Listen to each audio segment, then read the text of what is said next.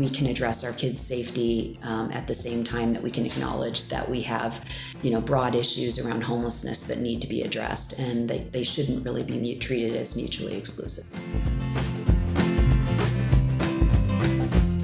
Our kids' safety has become politicized, and so if we don't put pressure on our city to acknowledge that this needs to be a priority regardless of who's sitting in city council, we run the risk of this backing up the next time.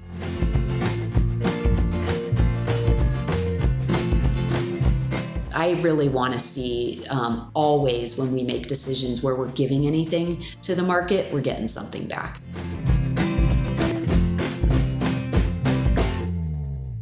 Hello, Boulder and the wider world. This is the Sharing Boulder podcast. My name is Philip Ogren, and for episode 43, I spoke with Terri Brncic, who is a candidate running for city council. I sat down with her at her kitchen table in her North Boulder home. We talked about the Safe Zones for Kids ballot measure, homelessness solutions, affordable housing, infill development, zoning and parking reform, and e-bikes, among other subjects, including a project being developed by Goose Creek Community Land Trust, which is a first-of-its-kind equity co-op at 750 North Street. I hope you enjoyed this conversation with Terri Brncic. We ain't throwing starfish here, now we're having a good party. Talking about structural change. We believe the land is sacred, even beneath that vacant parking lot. But the weeds are doing their best to express the need for something different. Gonna make some space for you and me to live here all together. Gonna make it safe and fun for kids to get around the town. Gonna find me a residential pedestrian district where I can gracefully grow older. Gonna spend my remaining years sharing Boulder. Hi, Terri. Welcome to Sharing Boulder. Thank you so much for taking time today to be on the podcast. Thanks for inviting me. I'm excited to be here. You bet. Maybe just take a couple minutes to introduce yourself and tell us a little bit about why you're running for city council. Yeah, sure. My name's Terri Brncic. It's a little bit of a strange name. It's Croatian, and it is my maiden name. I probably should have changed it, honestly. I've had to deal with it my whole life. I moved here 9 years ago from San Francisco. I have two kids. They're both at Boulder High School now, and really enjoyed living here. But I got involved with the Safe Zones for Kids initiative after kind of observing some conditions around the school that were a little concerning to me. We got together as parents and put the Safe Zones for Kids initiative on the November ballot. And in doing that, I had the chance to really meet with a lot of folks in the city, county, school district, everywhere, and trying to understand, sort of what's going on and how we're navigating these issues that we're experiencing in the community, and just felt that there was a lot of siloing and a lot of focus on things other than problem solving. And so I came to this really, out of, purely a desire to. So when you said you were involved, I for some reason, I thought maybe you had started that initiative. Well, there were actually it was back in October of last year. There was a woman there were a lot of encampments around the school at that time. Mm-hmm. And there was a woman named Jennifer Rhodes who had circulated a survey or whatever that basically was asking parents to sign on a petition about, asking the police to really enforce safety measures around the school. That really snowballed, and they got thousands of signatures. And through the course of that, got connected with 6 or 7 other parents in the area. And we really started the initiative by meeting with every city council member and asking them if they could, commit to ensuring the safety of the kids. It really was born out of Jennifer's daughter had been lunged at by somebody walking to school. Everybody that came to this came with some personal stories. Yeah. And so we kept meeting with all of these folks, and just ultimately what we concluded was that there was so much siloing going on, and just not really a willingness to step up and acknowledge that we can address our kids' safety at the same time that we can acknowledge that we have, broad issues around homelessness that need to be addressed, and they shouldn't really be treated as mutually exclusive. So that I was one of the founders of it, but that's how I came to it. And then what was your feedback from city council? Well, it depended on who you spoke to, certainly. But ultimately, a lot of, there's nothing we can do about it, which was pretty much the universal response from everybody.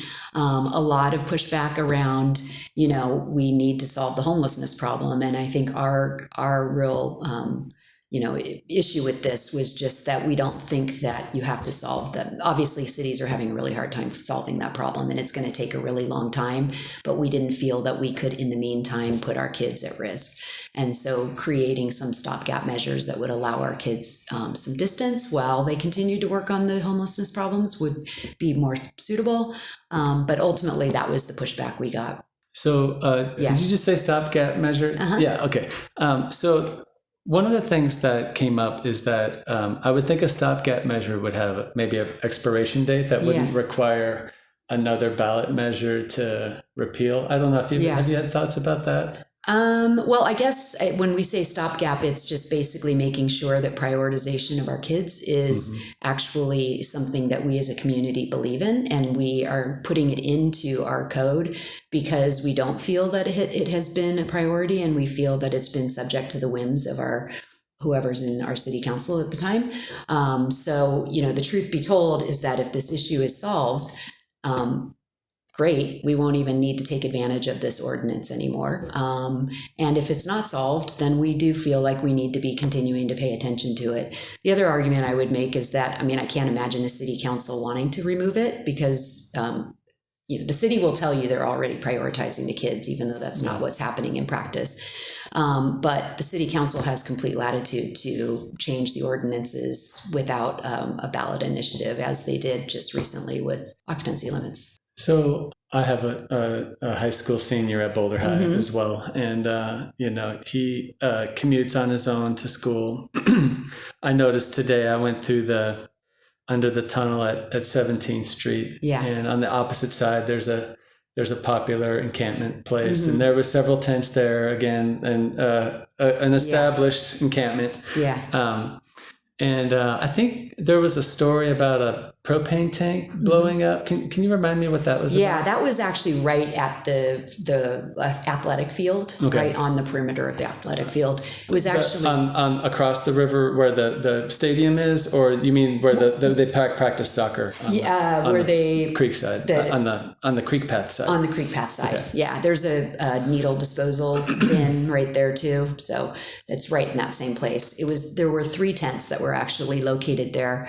We had been reporting them. The city has an app called Inquire, and we had been basically reporting them through the city's procedures. At the same time, we had been asking both the school district and all of the city council members to acknowledge that it was here and to take action. And actually several times we spotted propane tanks and sent pictures of them, but no action was taken for about 2 weeks. And then in quick succession, we had 3 separate propane tank explosions happen there.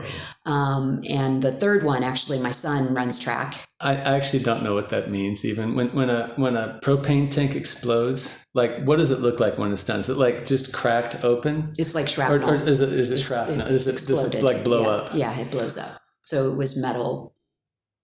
Into small pieces, or is it just like one? It's more blown open. I don't know if there's small pieces that exploded. But it also. I don't mean to get too technical. No, I don't know. I just realized I don't know what it looks like either, and I hope to not know. Yeah, seriously. But my son actually was running. He runs track and was actually running past the space where it had happened, and was about 45 seconds past it when it happened. So, so obviously it's personal for me personally, and that's where we kind of went back to the city and said, this isn't about homelessness. This is not a solution to homelessness in any way, shape, or form. It is a solution to child safety. And in that case, it actually, I think clearing the encampments is doing what it's supposed to be doing when we talk about talk about public safety. That's an important thing that you just said, that it isn't addressing homelessness, because they're kind of orthogonal. Like the amount of enforcement that you have for a camping ban. Yeah. Is like, it doesn't increase or decrease homelessness. It's just it's just a separate thing that addresses safety. But so that's an important distinct. That's actually a thing where you and the people opposed to this measure agree. It's like these they're separate things. But do we though? Because I mean, the position, certainly the op-ed that Mr. Hamilton wrote against it was all about trying to find more solutions to like homelessness and other issues. And so that was sort of the impression to me, was that they were looking for more solutions to homelessness and that this was distracting from that. Well, I think, my understanding is that the whole city is thinking about what are the solutions for homelessness, and we're all like trying to figure out what's going to work and what's not going to work. And so that doesn't, I'm just representing from the Safe Zones perspective. This isn't a solution to homelessness. It's just a solution to making sure that our kids are safe getting to and from school. And, where I think there's a little bit, to me, like confusion is that the countermeasure, while it says it's solutions, it's not actually offering any solutions. There's no countermeasure. But you mean the campaign against it? Yeah, is basically saying we'd rather do solutions, and the question is, what solutions is it proposing? Oh yeah, right. And again, the bigger issue being that if we're talking about solutions to homelessness, we've been working on them for years and we're not making any headway. So where does that leave our kids in the meantime? And I think, we certainly on the Safe Zone side, we don't see these as mutually exclusive, and we would absolutely love for other community members to come together and get an initiative on the ballot that actually makes some meaningful progress against some of these other issues. Like, for sure, let's do it. I'd support it 100%. Great.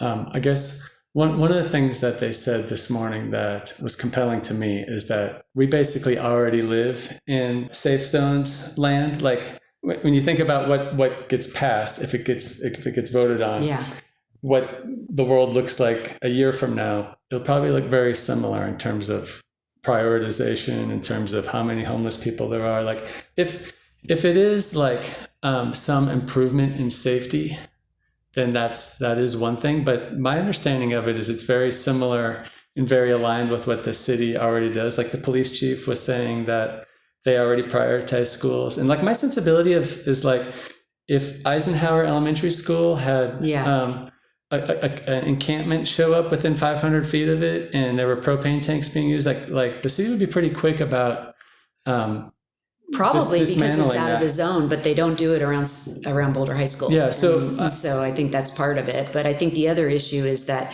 I just actually came from an event and I spoke to Joe Tadeucci, who runs utilities, the SAMPS cleanups. And the safe and managed public spaces, the encampment cleanup group. And the truth is that when the propane tanks explosions happened in March, it was a huge wake up call for the city. And so at that point, they completely changed their policies. And you are seeing the benefit of it. We aren't having tents sitting at Boulder High School for 2 weeks at a time anymore. They're doing a much better job. And at the same time, they got a second cleanup crew that's come online and is taking quite a more rigorous approach toward it.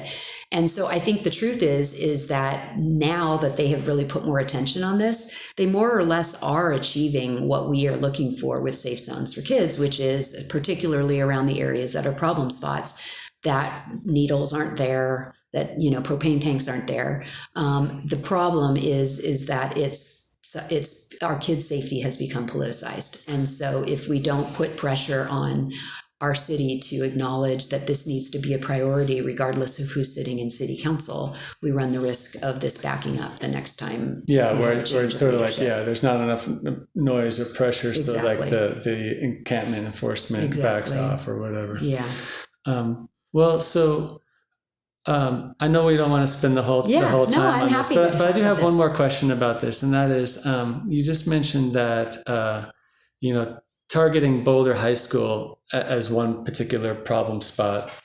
The provision, the ballot wording doesn't seem to target any particular location. Yeah. And in fact, it's to me, it's kind of absurdly broad, being 50 feet from any public sidewalk. Like, I'm pretty sure we're 50 feet from a public sidewalk here. I mean, there's like the whole city then is like a safety zone. Right.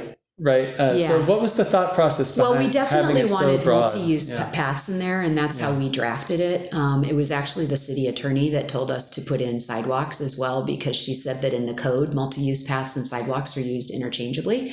And so she suggested that we put it in there to make it clearer. Certainly our focus is the areas that have issues, which are the multi-use paths. And the areas around Boulder High School. In terms of targeted around specific schools, you can't actually do that in the code. But the point being that, Maris presented, or Chief Harold presented at a council meeting this last week, and just the data around, and I'm going to forget the exact statistics, but basically the vast majority of the crime that happens in this city happens within 10% of the geography. And so, we can put this on there, but the reality is, from an enforcement perspective, all of the resources are going to be in the areas where we have problems. It's giving cover to everywhere, but ultimately the effort is going to go in the areas where there are actually things happening.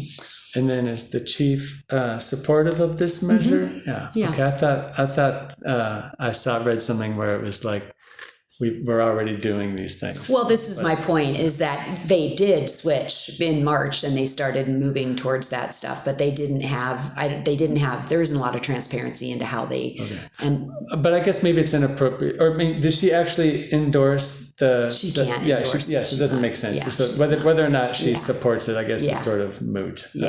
As a measure to vote on. Yeah. Okay. Yeah. But they have, the city maintains a prioritization matrix when it does its encampment clearances. Yeah. And the matrix basically scores different areas based on, importance and priority. And right now that matrix does not score schools high enough to even warrant attention.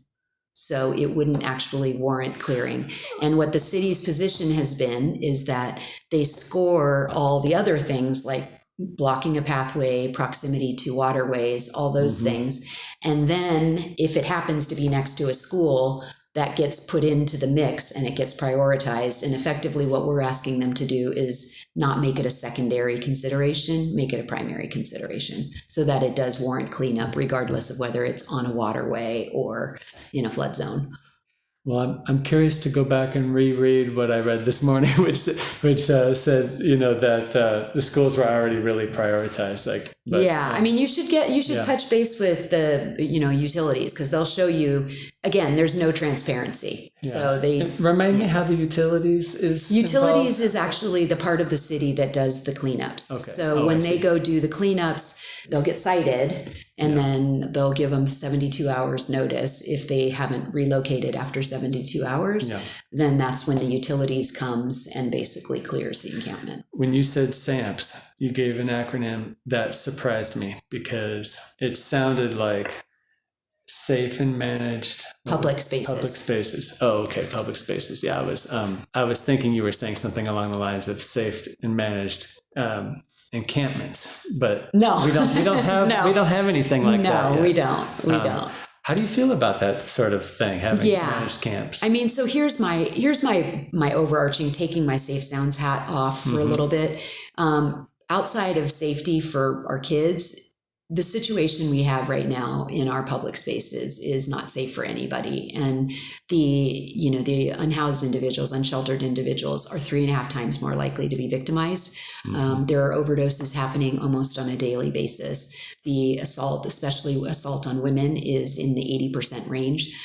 So these are individuals that are suffering severe crisis. And we as a community have a moral obligation to help these individuals and not just turn our backs. And I feel like what we've done now is we're basically, the city offers a ton of really amazing services to connect people and hopefully get them on a path to housing.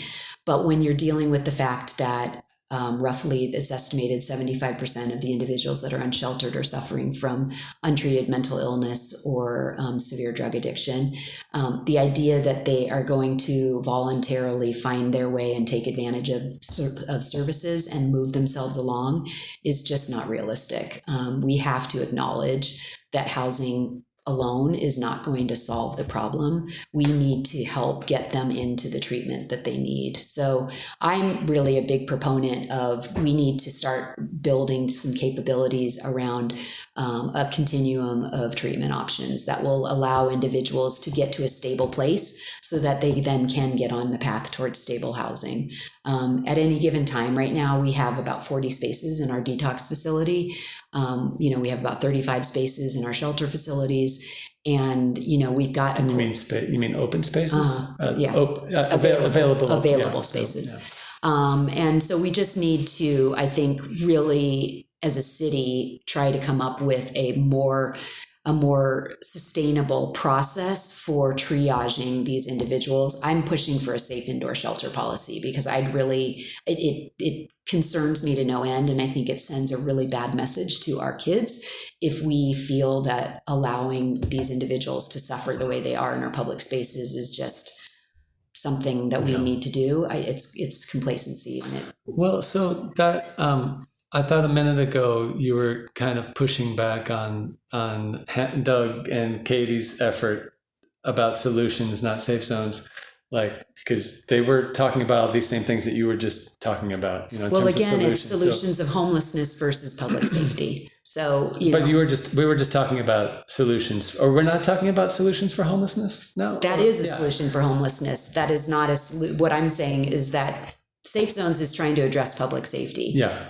I took my safe zones hat off, and now we're talking about solutions for homelessness. Okay. So I think that we need to do that. I don't think, obviously it's going to take time. It's going to take some reform within our court system. I'd like to see our courts really try to do more alternative sentencing and, drug court kind of methodologies to really get folks that are, in the throes of addiction and have been, repeatedly picked up to actually get pushed into some treatment options rather than just allowing them to cycle back on the street with no end in sight. So that would really, to me, be a first step, but it's really a willingness to come together around the fact that we have to insert some mental health treatment as the first steps in this, rather than just shifting people over to permanent supportive housing that has effectively no services available and in expecting these individuals to somehow find their sobriety and find stability with no supports. So, it's interesting how lots of people say very similar things. Mm-hmm. And so and I know that you've thought about this a lot, right? And what I kind of think I just heard you say is that the housing first policy that is popular with the Boulder progressive crowd is not what you would...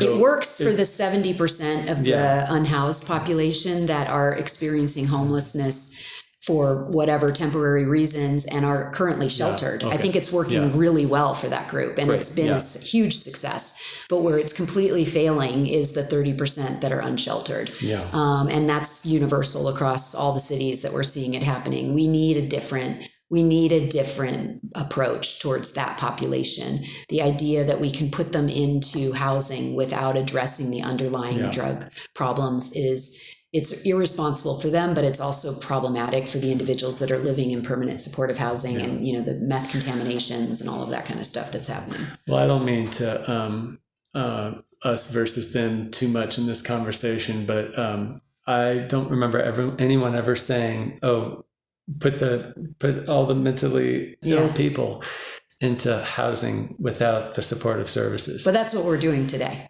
Yeah. So we put them into permanent supportive housing, even though they may be in, fentanyl or meth addicted. Yeah. And then they get a case manager, but the case manager is 1 hour a week voluntary. And then we've removed them from their supportive community. And so inevitably what happens is either they overdose in our housing, or they contaminate the housing because they're still doing meth, or they terrorize the neighbors that they're living around who are also working on their sobriety. So, the idea is, in a perfect world, you would have the permanent supportive housing would actually be more of like a sober supported living environment where you could really help folks and support them in a way, but we aren't committing enough services and wraparound services in permanent supportive housing. Well, I have to say, this is very encouraging to me. I like hearing both sides talk about the radical changes that we need to help to help these individuals. It's like really For sure. And it really comes down to, I think it's doable too. You know, I mean, there are a couple of people, particularly in our community with lived experience, that have really weighed in on this and have some very concrete solutions on how we can move them on a path. And I think we've got, obviously this is a lot, county and state, right? We need help. We can't just do this alone.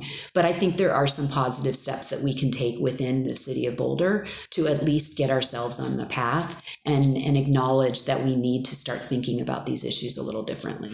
So I saw you at the forum at the JCC that the chamber sponsored, and I don't remember your speech word for word, but I remember that I came away, I feel like you used the word incarcerated in that speech, and I was a little surprised. Like, most people don't use that word, like as kind of even tangentially in the realm of solutions. And maybe correct me if I'm wrong, or I think you came across as very hard on crime, so to speak. Well, I mean, I think what the issue was, what are we doing about crime? And I think my response was something to the effect of, we all have a right to feel safe in our community, and we have to stop the victimization that's happening in our businesses and our workers and our community members. We've got bike thefts, we've got break-ins, and I don't know if you listened to the city council meeting last Thursday. They had a number of business owners that all weighed in about, how many times they're getting shoplifted and broken windows and employees getting victimized. We have to address those issues. We can't continue to do nothing. And where that's coming from is we have a court system right now that has bail policies. It's two things. It's one, they rip up tickets for repeat offenders.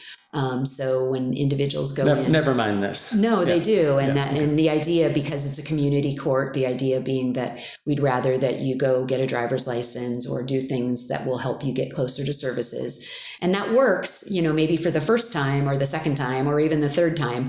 But when these people are doing it over and over again, you have to have a consequence. And then when we really look at the district level, where we're dealing with bigger crimes like drugs and things like that, it's the bail policies that they're setting. And I will give you a great example that just happened last week, and you may have heard about it, but there was an individual that stabbed another homeless individual in front of the municipal building.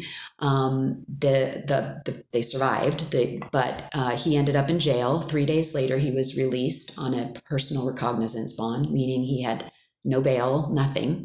And then a week later, he was picked up in the drug.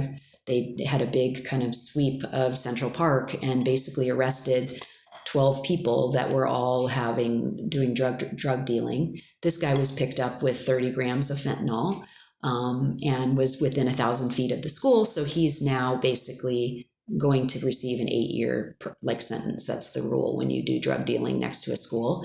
The bail that they sent for him was $2,000, and he was arrested with like $10,000 worth of cash on him. So I haven't checked today. I've been to see if he posted out or not.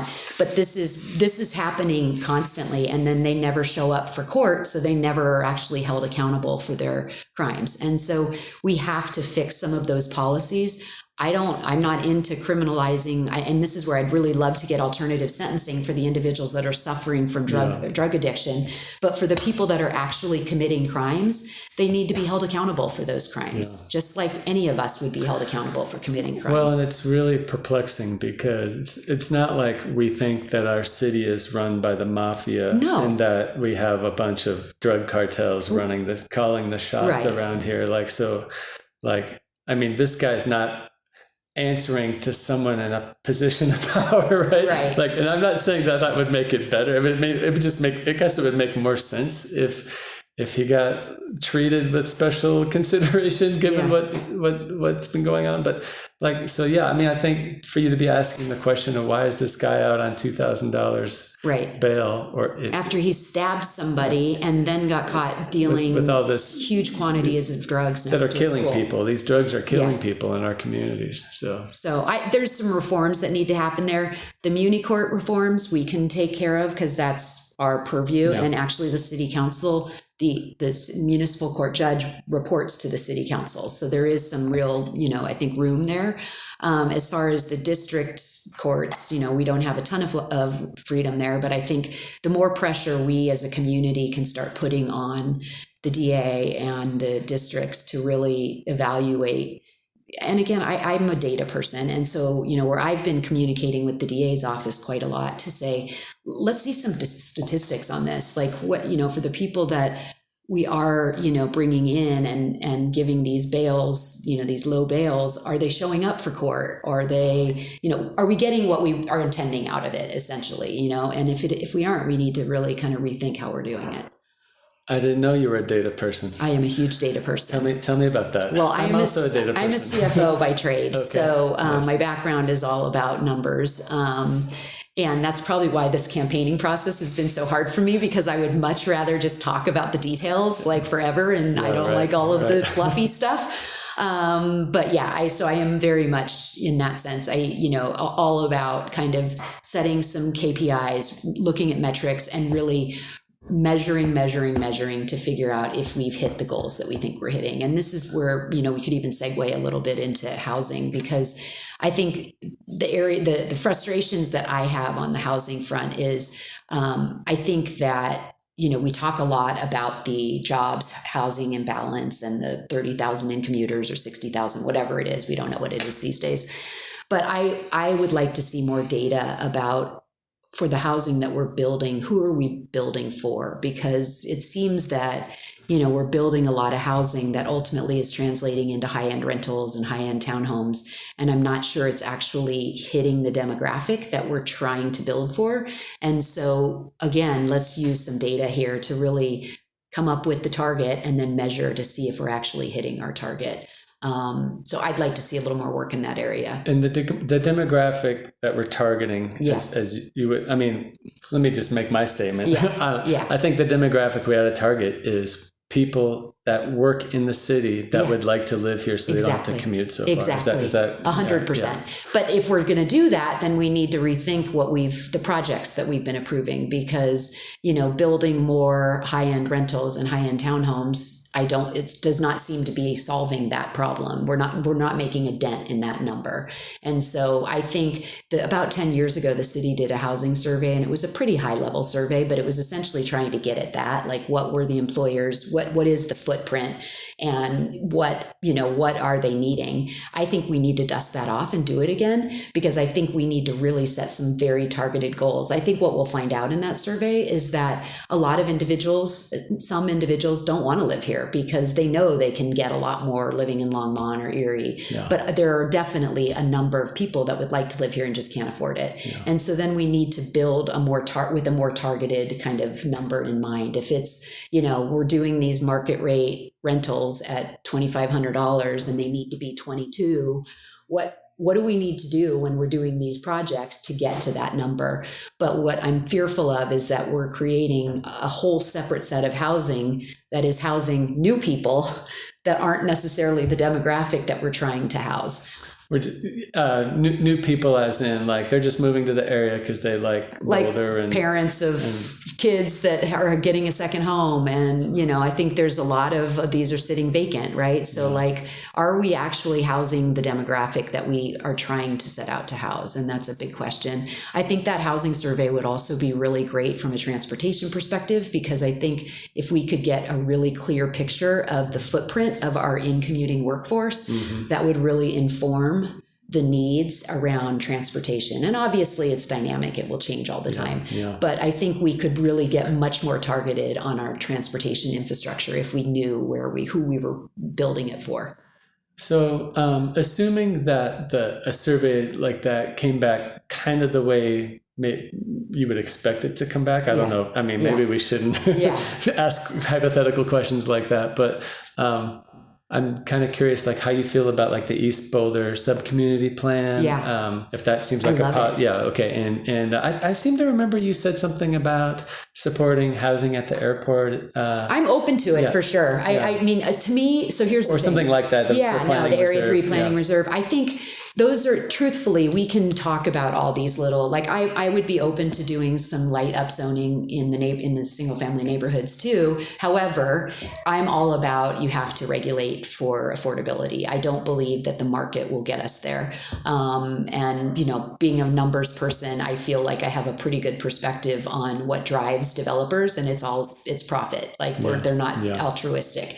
So I'm all for the, you know, density as long as it's got affordability commitments. And I feel like we can do all these onesie twosies, particularly in the middle income space. It's hard to get much leverage because they are expensive, and it's hard to build that in an affordable way. So it's going to be really hard to make a meaningful dent in our goals unless we consider projects like the airport and the Area 3 Planning Reserve. I think those are the only really big chances we have. And Alpine Balsam, you know, we're big chances that we have to really make a dent in our affordable housing in a meaningful way. So I think everyone agrees about the market is not going to provide affordable housing as currently incarnated. You know, but I wonder, like, one of the things I feel like is always missing from that conversation is, like, we created the market. It's human activity, and it's like it's supposed to serve us, you know, markets. And I wonder if you've ever just thought about, like, if you wanted to have a healthy market that actually did provide affordability, how you might do it, you know, or maybe that's not on your radar. I think everybody would like to solve that problem, but I think a market is just that. I think it's, you know, it's efficient participants that will always optimize, you know, for profit. That's just the way a market works. Yeah, I guess I would say that because it's a human invention, and it's something that we regulate the crap out of already. And right now it sort of seems to be perversely incentivizing the wrong kinds of housing. You know. And how would you go about it? Like, what do you think would be? I guess I'm curious. It's hard to, like, propose things from where we sit now that don't sound totally crazy, because like we it's so baked into our collective imagination of how it works now that it's hard to think outside. But let me just make one little point before I you know blow your mind. Okay, or something, you know? I can't wait. But one of the things I'm always concerned about with what you just said about affordability is that without the market as a wind in our sails, it's always like this uphill climb. And affordability becomes this way of actually restricting housing when people don't want it, you know. And so there's lots of people who say, oh yeah, I would love there to be more affordability, but I don't want it in my neighborhood. I don't want it in Boulder. I want it in Longmont or Erie or, you know, Brighton. And so there's an aspect of that where it's like, oh yeah, we have this system where we've designed the housing market to protect our home values. And in past community meetings, you know, for decades, it's just been like, hey, we can't have this change because it'll affect my housing price. And so, like, there's lots of reasons why housing is expensive in Boulder that are sort of explicit, you know. And so and then we turn around and we say, oh, well, we can only have more housing if it's designated affordable. So I don't know. There's some I guess, contradiction there to me. Yeah, I don't know. To me, I don't think it's contradictory. Like, I'm totally fine with all the infill that we're doing, but I would prefer that it actually be infill that is meeting our housing needs. And I don't think it's meeting our housing needs. Right. So I would be all for doing those projects. I would just like to see them done with an actual target in mind instead of just building for building's sake, which is, I think, what's happening for the most part. And that's, you know, to me, a wasted opportunity because we don't have that much space. And so we should be very careful with every place that we've constructed to make sure that it's actually meeting our needs. Yeah. Well, I'm trying to stay a little bit focused, but I kind of want to go off on a tangent if you don't mind. But building for building's sake, I do want to remind people that say we can only have it for affordability, that, you know, every time there's a new unit that's within a walkable distance of where people work is also addressing climate. So, like, well, except that they're not working there. Well, Like, yeah. I mean, but we do need more opportunities for people to live near work. And so agreed, which is why I want it to be affordable, because I mean, again, if this is where maybe I'm wrong, maybe we conduct the survey and maybe we find out that everybody that's commuting in could pay the prices that we're building at and they just don't want to. Maybe that's what we find out, and then we should just keep doing what we're doing. But I don't think that's what's happening. And so my fear is that we haven't solved our in-commuter problem, but then we've also invited in a whole nother group of people that can afford to live in these places, and they're either commuting out or who knows where they're all going. But like, we've now created another set of commuters that are creating kind of a carbon footprint, and we haven't addressed the main one that we wanted to get at first. Yeah.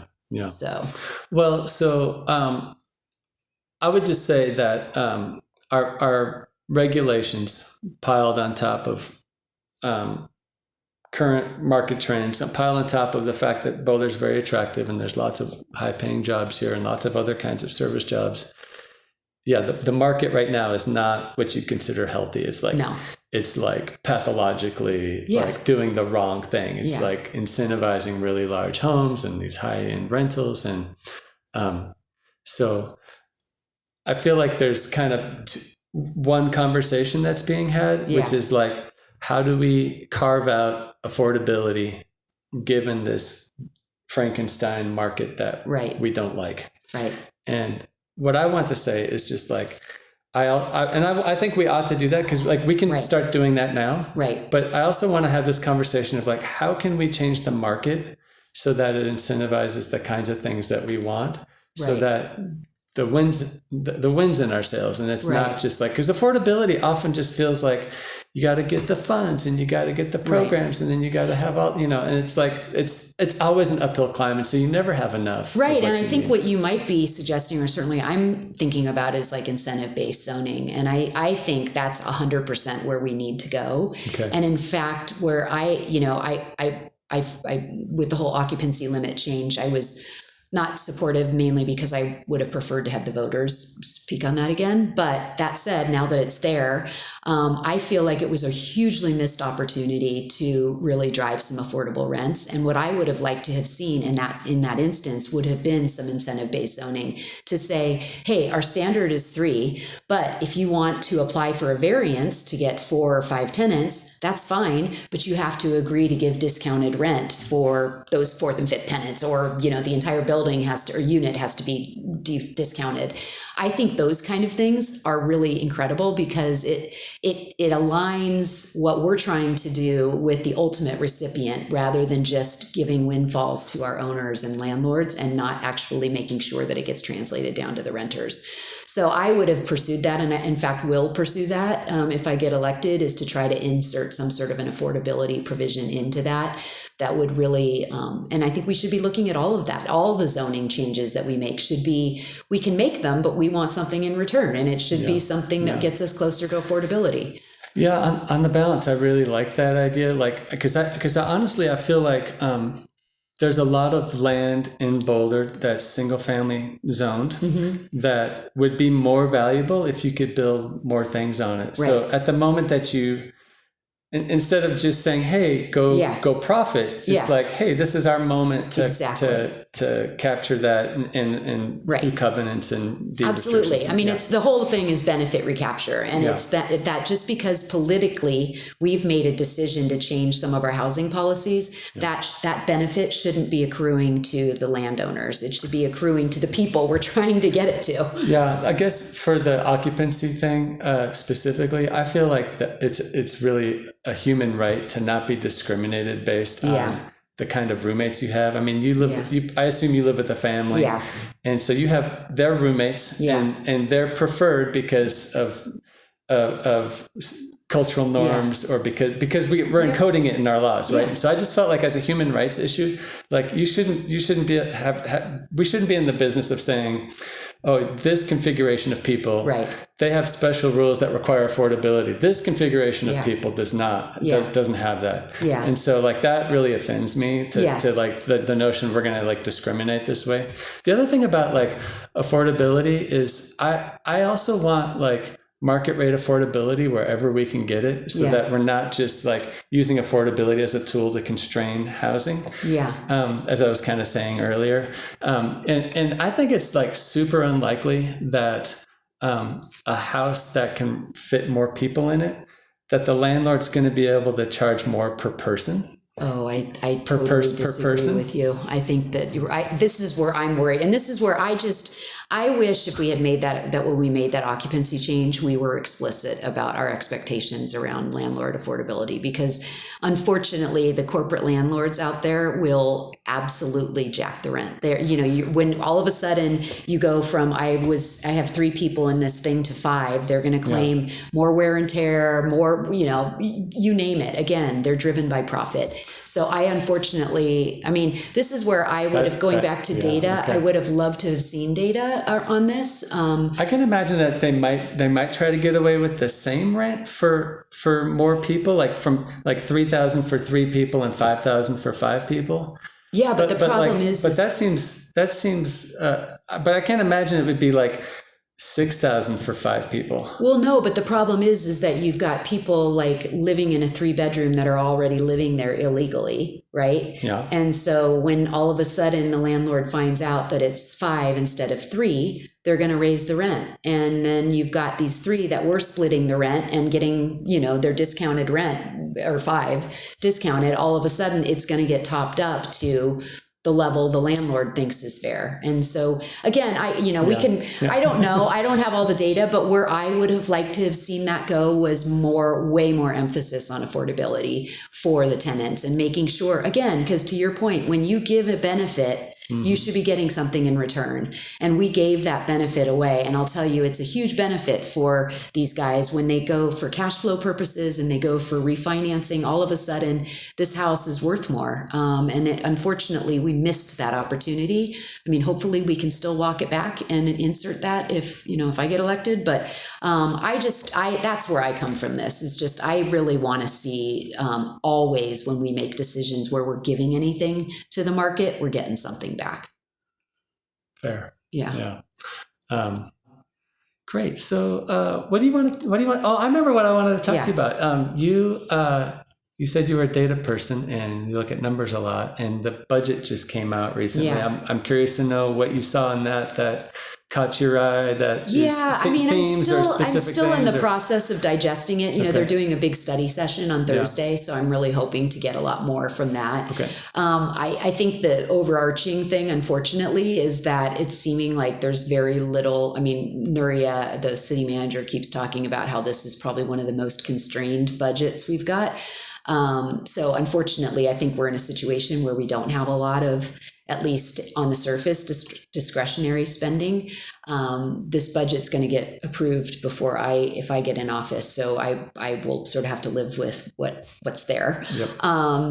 But my general thought is for the next budget cycle is to hopefully really kind of sharpen our pencils a little bit on some of the things because I think what happens, at least it's certainly been my experience in corporate America, is you start to kind of get in a habit of funding the same things over and over again, and you're never really questioning whether it's actually doing what you think it's doing. Yeah. So I'd like... Well, people's jobs are on the line. Yeah, it takes a lot of work to get a city moving in a direction. Yeah. And so, but really trying to do, again, a little more metrics-driven management around like, what are we trying to achieve out of this spending, and is it actually hitting those targets? And then the other area around kind of budgeting and just in general that I'd like to bring is just more discipline and transparency around not only what we're spending money on, but when we make decisions to spend money, what are we choosing not to spend on? Because I think that, and this is, every organization is guilty of this. It's always easy to focus on everything you want, but then you don't actually have any conversation about what's going by the wayside. And I think you tend to want those things when they're gone. Right, exactly. And that's happening right now, right? Like we're seeing South Boulder Rec Center is in shambles. And, those are decisions that we made somewhere along the way where we took, money out of the reserves, and now we're paying the consequences. So, as a community, we can have collective values and we can all agree that we want to focus on one thing over the other, but we should be having those conversations openly so that there aren't any surprises. Sounds good. Sounds good. Yeah. Yeah. All right. Well, Nicole Spear, as you may know, is a big budget Yep. person who studies it closely, and um, it really matters to understand how it works and how it reflects our values. And so I'm glad that you're interested in that. Yeah, no, I will be spending a lot of time on that. I can't wait to get my, it's been a while since I've worked on a budget, so I will like to look into that a little bit. But I think it is, I think our city is also like in the throes of kind of changing over their budget methodology a little bit, and they're actually getting much more data driven in a results oriented angle to budgeting. So I think there's a big opportunity here over the coming years to really make some good changes in how we think about spending. So I was a little surprised that you're I don't know Plan Boulder very well. I'm kind of in the Boulder progressives, Better Boulder, Bedrooms Are for People's sphere of influence. I don't think of Plan Boulder as being super excited about infill development or upzoning single family zone. Yeah. And you kind of gave some lip service to that, but I'm kind of curious to know, like, what does that mean to you? Like, would you be willing to change this neighborhood zoning? Definitely. And so to be clear, I didn't know anything about any of these I'm going to call them special interest groups, but, sure. I understand that Plan has a history of being, kind of quote unquote anti-growth. I think they've come to a realization that position is untenable given where we're at. So I was completely forthright with them about everything that I've just said to you about my feelings on housing. And I did not get one bit of like, oh, that doesn't align with us. So I think they're probably in a bit of a change themselves. But certainly, like I said, I am absolutely 100% for upzoning to some degree in our neighborhoods. I don't want it to turn into a Denver situation where it's every single house. High rises but I think you could come up with a cool approach where it's like,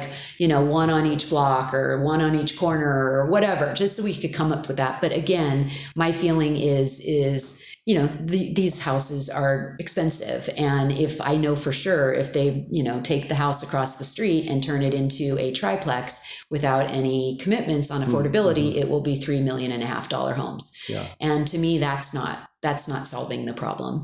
I'm not really that interested in building more housing for people that can spend $1.5 million on a home. And I think it has consequences then to the affordability of the rest of the homes in the neighborhood as well. So I am all for it if we use affordability as a measure in all of that. So again, maybe permanently deed restricting one of the three, or looking at kind of cottage style housing on some of the larger lots. Like, I think there's great ways we can tackle it. But I would only be open to it with an affordability commitment. So I feel compelled to tell you a little bit about David Adamson's project because you hadn't heard it. We started talking about it earlier, and I had dinner with David recently, and he gave me grief because I hadn't brought it up on the podcast in a while. Okay, bring it up. And one reason it's sort of salient here is because we're in the neighborhood that he lives in, or we're just a few blocks away. And what he's trying to do is take a house across the street from him that him and some other investors have purchased and turn it into basically a scrape and put a mansion in. Okay. Except that instead of a single family home, it's configured for like 10 to 12 people as mini condos, or as in this case, he had to scrap the mini condo plan because of city regulations, and he couldn't get any kind of exception. I mean, the zoning just doesn't allow miniature condos. But the idea being, so he's doing right now, the project is a for sale co-op. Okay. So that people have rooms, and then there's a big shared space upstairs. And so from the street, it looks like any other large house that has gone in, and it'll be an expensive home too. Yeah. But it gets shared 12 ways with an ADU in the back. Right. And then there's covenants on car ownership so that they're sharing electric vehicles. Maybe there'll be a Colorado car share there, or maybe it's just they own the vehicles. I'm not quite sure how that works, but I love going to his website and imagining creative people, young professionals. I don't know. I'm not sure that it's ideal for young families or whatever, but it seems like a nice tool to add to the toolkit. I'm curious, like, that sounds amazing to me. And I think that that's a perfect example of incentive-based zoning, right? Yeah. Because it's like probably violates a million things that we have on our books today. But if you can demonstrate that you're providing a really amazing, affordable option, I think that's one where we do a trade-off, right? And the city grants those kind of zoning exceptions, and it should be actively pursuing those types of solutions. I'm fascinated by it, and I wonder if he's actually kind of blueprinting. He should. I mean, depending on how it goes, he could maybe blueprint something like this, because this could be the future. Yeah, absolutely. Well, this will be music to David's ears. Yeah, I mean, because I feel like there's actually in a lot of these single family zone neighborhoods. We were talking about vacancy earlier, and I'm concerned that there's our population is decreasing in Boulder, having to do with.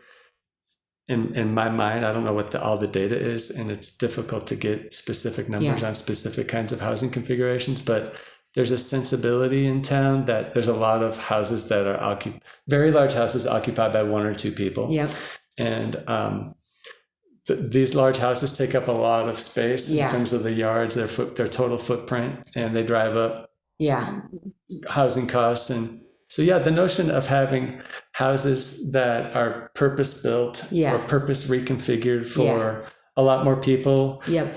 But then when you look at it, it's still like... It looks like a single family home. It doesn't look like a... The house right on the corner was a co-op, but they just converted it back to a single family home. But same thing. There were like 7 people living there. Cool. So... I like it. I think everything in moderation, right? Like, I know that there's, the people in the big homes are in our crosshairs for sure. And I certainly like the fact that the city's starting to move towards incentivizing smaller builds through, I think they're in the process of actually approving a change to the inclusionary housing and permitting rules that would basically incent smaller builds. So I think that's 100% where we need to go. At the same time, you can't, punish people that have lived here and are living in a big house. It is what it is at this point. Yeah. So I think we need to be thoughtful about it. And I think it would be nice to see a blend of, all of them. And as these $5 million homes come up, maybe at that point, it's a great way to repurpose them in a way that's meaningful. But I definitely think there's value in looking at all different types of housing. Yeah. Cool. Well, I love one part I love about David's project is the car sharing aspect. Yeah. And I think that most of us don't want more cars in our city. Like, we feel like there's like people, one of the questions that gets asked to candidates a lot is Boulder full? Right. And I kind of want to have this 2-part answer. It was like, yes. We have all the cars we can possibly stand. I don't want any more cars here. And then, but the other half is like, no. I mean, if we have the number of cars and had more people, then it would be a much more lovely city, honestly.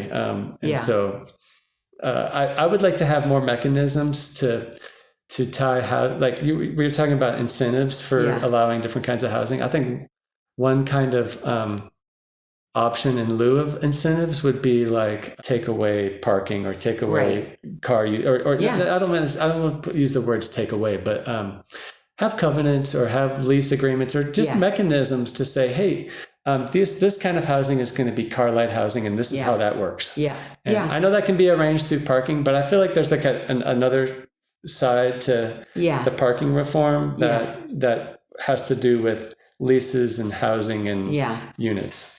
Yeah, that's interesting. I mean, I definitely am a fan of getting rid of the parking or substantially reducing the parking minimums in the development projects, with a big caveat, which is that we have to be mindful from an equity perspective of the families that rely on their cars to do their jobs. And I would never want to do something that is going to, really be in conflict with their needs. So I think we have to be really thoughtful about that when we do projects and we take away parking, because we don't have realistically feasible options for everybody to get where they need to without cars.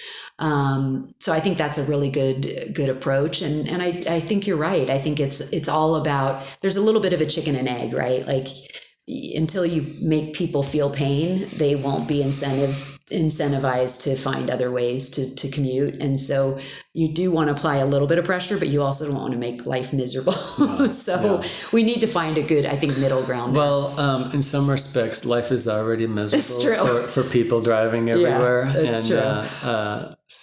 Then we are in a crisis of many different flavors, climate and housing being top of mind. But it's man, I want to live in a city where I can walk out the door, in a neighborhood where I can walk out the door, get everything I need. And I want that for so many other people. Yeah, for sure. And right now it's like we don't even walk out the door. We just get in the garage, get in the car. I know. Drive all over. And it's an interesting problem though, too, because I think, we're a little bit in conflict because I think the idea of the 15-minute neighborhood is great. And then at the same time, we're building housing and getting rid of some of these light industrial and small business things that would support that 15-minute neighborhood. And so we have to get, and I'm sure there are housing experts out there, and I'm not one of them, but, just being really mindful in a very holistic way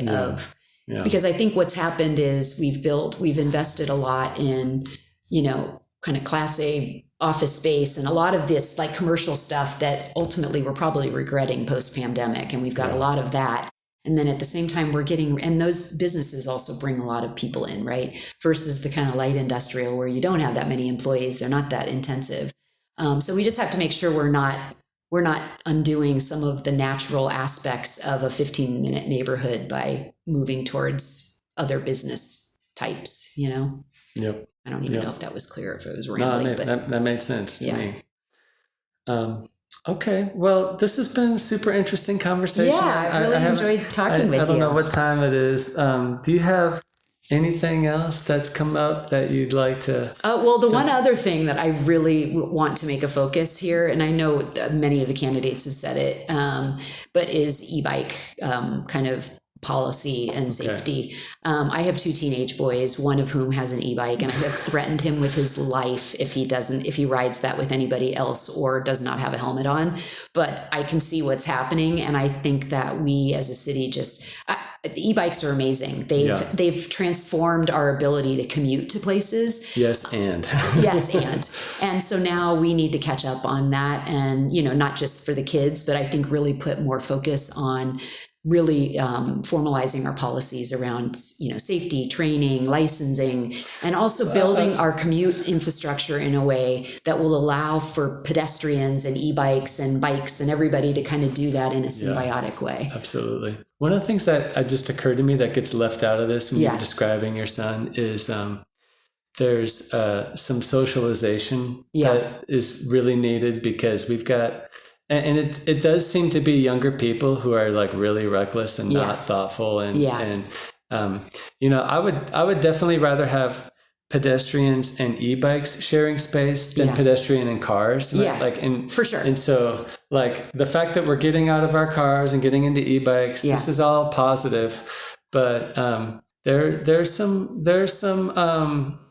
extra danger for pedestrians that you observe with these young kids riding around 25 miles an hour. And I mean, I was talking to Chief Harold a couple weeks ago about this issue, and I suggested that, I know that we probably can't make laws on I don't know what kind of laws we have that we could make against minors on riding bikes or whatever. Mm-hmm. But I was like, if you could just have one of your officers, once a month, pull over a reckless, 3 kids that are riding on the bike without helmets, doing whatever. On the one bike. Just do it once a month. Yeah. Just so that word gets out that the police are going after you guys. That gives us cover as parents to then be like, look what happens if you get in trouble. So I can promise you those kids are not listening to this podcast. No, so perfect. Your secret's safe with me. But I think that we just need to really start kind of focusing on that. And look, it's not like the number one emergency, but I think if we're trying to get ourselves towards better, transportation. We want a healthy culture around biking and getting out of our cars. And it ought to be inviting and exciting and not something that where every pedestrian is like, oh shit, I've got this new concern now that Yeah. You know? And then along with that is really kind of getting serious about bike safety, because security, meaning not bike safety, bike security. Yeah. Because, like my son rides his bike to Boulder High School, and he, for the first 6 months, wouldn't even ride it because he was afraid to leave it in front of the school. Yeah. And so we've got to really make sure people feel reassured that they're not going to lose their bikes. They're not cheap. Yeah. So. Yeah. Well, I'm all about e-bikes. I don't have a car. I lived my whole life on an e-bike, wow, so that's amazing. They're just really transformative. And I was telling you that I did the tours last summer on e-bike tours. I don't know if I've mentioned it on the podcast or not, but one of the things that I loved about doing the e-bike tours was I would have so many people that tried an e-bike for the first time. It was like I've never ridden one. Oh, well. I'm scared. We have one in our house, and I'm scared to get on it. That's funny. Oh, you shouldn't be. You should give it a try. But it was really fun because when people get on it for the first time, and they get that little thing kicks in, they're like, oh, they make a little audible gasp, and I love that moment. When people. I would be one of those people, because my husband always laughs at me. I'm a runner. I'm an avid runner. Oh, nice. I am not very good on bikes, and my husband always laughs at how bad I am on bikes. And so I think that would be an amazing fix for me, because part of it is I just don't like the uphill. I don't like any of it, So yeah, right. Yeah, there is no uphill on an e-bike. So that sounds amazing. Okay, you've inspired me. I'm gonna give it a whirl. Yeah, cool. So. One of the things that was fun about that e-bike touring is that there was this aspect of evangelism. I always felt like I was, come to our side, come join us. And a lot of people went away from that experience saying like, hey, what kind of bike should I buy? Because I want to buy one now. I'm gonna go home and then spend some money on one. So. Yeah. I've heard there's a new class of bikes now, of e-bikes, or they're tiny little bikes. The kids are all riding them. They look like dirt bikes almost, but they're electric. Okay, no, I don't know. Apparently they're even go faster. So actually, this is actually kind of important, because it's not just e-bikes. There's all kinds of these electrical mobility devices, some of which seem much more dangerous than others. Yeah. You get some of these longboards that are going 20, 25 miles an hour. It's like, gosh. I know. Well, I've just noticed in the last couple of days, a lot of those Lime scooters, I don't know if they changed a law. Oh, yeah, they did. Did they? It's citywide now. And so you're going to start seeing them. Because they've all been all over here. Yeah. Okay. What was that always in the works, or when did that law change? I guess. I think just this month. Yeah. Huh. I've been in the East Boulder Lime pilot district, and I use them all the time. I love them. My wife hates them. She sees it as garbage on the street. It's like filling it. And I always am like, people park their cars everywhere too. I mean, you should see our street. We have there's cars. People put their cars everywhere. Anyways, but yeah, the Lime District is citywide now, and I was just looking at the map yesterday, and it's funny, all the scooters that were available were still on the east side. Not anymore. I just saw 3 of them, right over here. I assume it'll just be Bernoulli's principle of. And is there a Brownian motion? Is there a repositioning process, or do they just always just sort of float around? Oh, I don't know. I think yes, there is some process by which they reposition. Okay. But they also will just replace the batteries sometimes. So the batteries comes right out, they pop in a full one. Okay. So I've had it where I park an empty battery scooter at my place. Yeah. And then the battery will just get replaced so that it's ready to go. Okay. But other times the scooter just disappears. And I don't know if that's because someone else used it or because they moved them back to where. I mean, my issue with it is just the helmets. So then do you have to kind of carry a helmet with you wherever you go? Is that maybe we should start designing some really cool helmets that we'll just wear all the time. Yeah. I don't know if you know this. I mean, we're kind of in the weeds at this point, but Waylon and I, when we had our conversation, we're talking about neither one of us are really big helmet proponents. Yeah.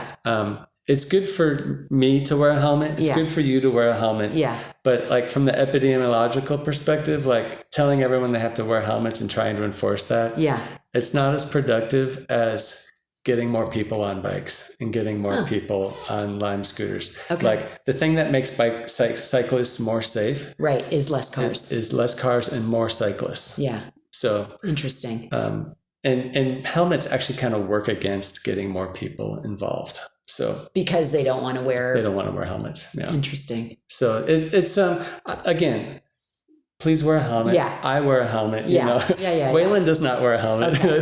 But Red big flag, picture, big picture. Yeah. My husband Yeah. doesn't either, and he always laughs at me when I wear mine. But I get it. I guess, and you certainly in Amsterdam or I mean when you see the places where they really I think we were there a few years ago when our kids were really young, and we asked for helmets, and they kind of looked at us like, "What? Why would you wear a helmet? You've got a skull." Exactly. So okay, well. Terri, thank you so much. So good. It was great talking with you. On the podcast. That's the best part of this campaign, honestly, is that I get to meet people I probably never would have crossed paths with before. So thank you for giving me the chance to talk with you. Yeah, you're welcome. Thanks for being on the show. All right. Okay. Thank you. Yep. Gonna find me a residential pedestrian district where I can gracefully grow older. Gonna spend my remaining years sharing Boulder.